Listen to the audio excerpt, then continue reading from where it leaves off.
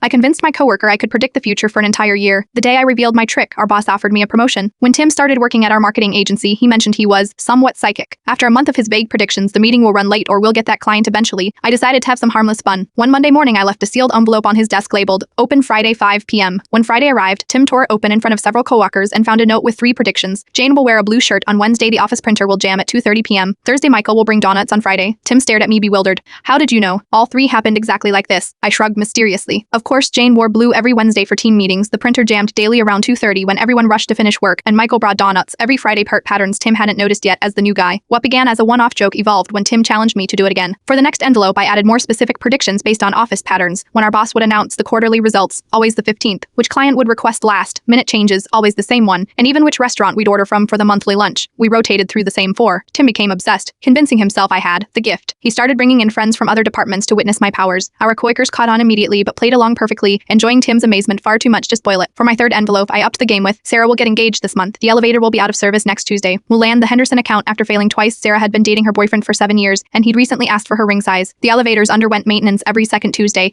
and the Henderson pitch was our 3rd attempt with a completely revamped strategy our creative director was confident about. When all 3 came true, Tim's eyes nearly popped out of his head. You need to tell me how you are doing this, he begged. Magicians never reveal their secrets, I replied. The prank escalated when Tim started asking for personal predictions. I tried to discourage this, but he insisted reluctantly. I made vague, positive forecasts. You'll reconnect with someone important, or an opportunity will arise in March. Epic horoscope tactics. Broad enough to fit anything. By month 6, half the office was secretly contributing prediction ideas, planting information for Tim to overhear, and maintaining elaborate calendars to keep the charade consistent. Our office manager even coordinated with building maintenance to ensure the scheduled fire alarm test matched my prediction. My favorite moment came when I predicted our CEO would wear mismatched socks to the all-hands meeting. The night before, 3 coworkers and I stayed late to replace one sock in each pair in his emergency drawer. He kept backup clothes for late nights. The look on Tim's face when our CEO crossed his legs, revealing one black sock and one navy, was worth every second of planning. For the grand finale, I created the most ambitious prediction envelope yet. Tim will be offered a position on the Miller account team. The office will change coffee suppliers. A water pipe will break on the 3rd floor. Tim has been the subject of an elaborate year-long prank. The first 3 were easy. I knew the Miller account team selections were my friend in HR, the coffee contract was up for renewal, and maintenance had emailed about scheduled pipework. I planned to reveal everything at our year-end party where we'd all have a good laugh and welcome Tim fully into our office culture. I even made a video show of everyone's contributions to the prank and how we'd pulled it off. The morning of the reveal, our boss called me into his office. Your prediction project with Tim has been impressive, he said. My heart stopped. You knew. Everyone knows except Tim. What I find remarkable is the organization skill it required. Parent coordinating so many people, managing complex logistics, keeping detailed records of patterns and behaviors. Those are exactly the skills we need for the new Lenson director position. I'd like to offer it to you. I was speechless.